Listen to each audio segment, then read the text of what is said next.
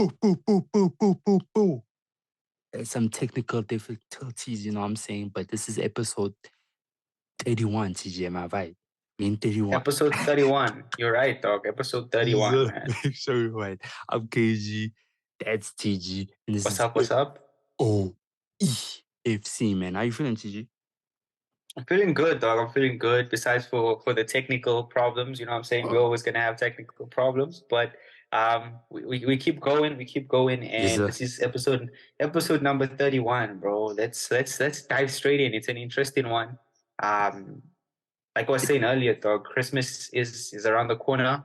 Yeah. And there's a familiar setting in the Premier League where Christmas is around the corner. You know what I'm saying? Arsenal is on top. Arsenal is on top. Arsenal's on top, man. So this is like back-to-back season on top Yeah. around Christmas time. Probably by Christmas they'll still be on top. What's your take on the Gunners, man? Um, it's really surprised. I didn't think they were gonna do it again this way. Um, but like like I said last time, I guess this is tradition now. This is officially becoming tradition. The Ghana's been on top during Christmas. Solid.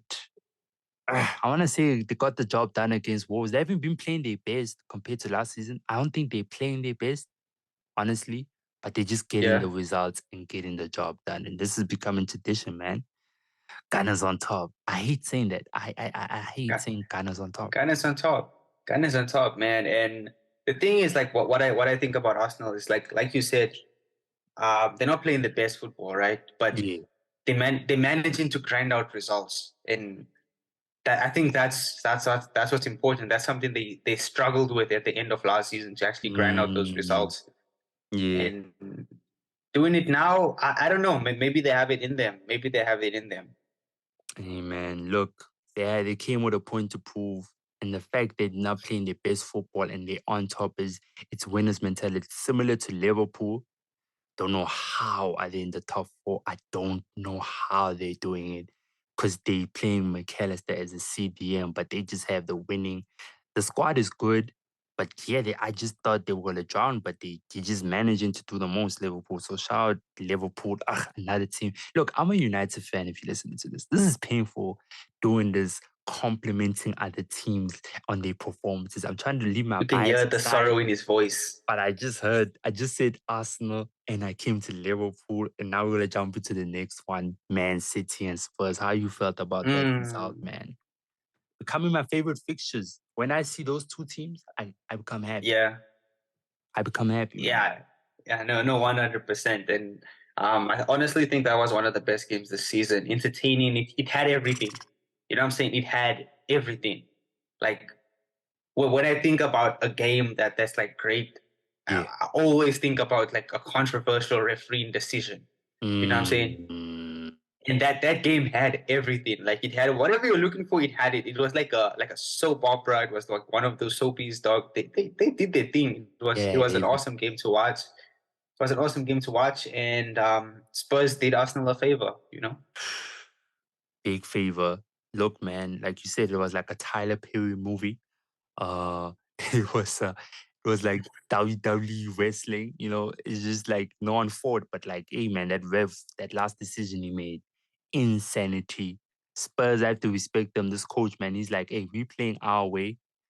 We playing with two center backs as CDMs, but we still got to play our way, and they managed to get the job done. Look, Man City's defense is leaking, and it's bad. It's looking like the government right now. It's leaking. It's not stable. It's just, it's just bad right now, and they need to sort it out, big time, big time. Nah, they need to, dog. They need to, man. And I think like City also like hasn't been anywhere close to their best. True. But like I think this like just shows how good City really is, dog. Like they haven't been anywhere close to their best, but they like there, dog. Like they like there. So like it's a crazy thing to just see like how City like turn the tides of everything. They just a phenomenal team, man. And speaking about a phenomenal, Let's get I to it. wanted us to get to our topic of discussion, Let's get man. to it, man. Let's And get to it. who's the topic of discussion for today is who's been the best players of the season thus far. We Mm. almost halfway through the season, and I think it calls for that. Let's see who's been the top three best players this season. Yeah, man. Listen, if you know me, you know what I'm about to say already. It's not even a surprise. Jude Bellingham has been the best, is the best player in the world right now as we speak. Right now as we speak, we're recording this December 5th, 2023. Best player, Jude Bellingham, hands down. Look, he is Madrid all the way. He took that Zidane number 5. I'm usually very, very, very skeptical of people taking legendary numbers because usually you have a lot, it's legendary for a reason, but he took that 5 on and was like, hey, I'm him. I'm that guy. And he just kicked to another level. Best player Yeah, in the world, Jude Bellingham. Quote me, Ballon d'Or contender. Not this Copa stuff. Copa, they robbed him in the Copa so many times. They robbed him. Now he's like, I'm going for the big one. Ballon d'Or. he's not even playing anymore. He's like, nah, no, no, no. I think Judy's finally playing in his league. Yeah, Um, he's doing his things, man. I mean, 17 appearances, 15 goals, 4 assists. He's he's killing it, man. He's killing it. He's wearing he's repping Zidane. Like even had Zidane's like a replica of Zidane's boots on the other day come for one on, of the man. games. Like he's doing the things, man. In his blood, man. I'm telling you. And why I would say he's the best player in the world right now. Yep. One, his age. Mm, You know what I'm saying? His age. He's very, very young. He won the Copa Trophy. That tells you how young he is. He's that young.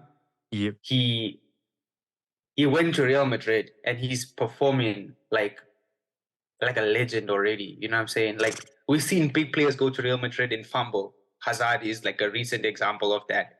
Yeah, But sad story. Judy's not doing that. You know what I'm saying? And for him to just and he's not even playing in his position. You know, like it's wild. It's really wild. So I'd also say he's been the best player so far this season. To be honest. You know how happy am I right now listening to this? People wondering why is this person laughing. I'm just like, me and this man debated who's better between Jude and Pedro. We debated Jude or Gavi. Back when he was playing for Dortmund, and he used to fight because he's such a Barca fan. You know, Barca fans are close to being the worst fans in the world. I promise you. And he used to fight me. And I was like, Jude is him. I used to tell this man, TG, T-Shot. I used to tell him every time, Jude is really the guy.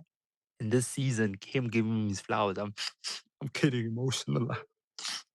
But Nah, he is he him. deserves his flowers, man. He deserves his flowers. Come And on, man. honestly, I think with the Euros around the corner, having Jude firing the way he is, Yep.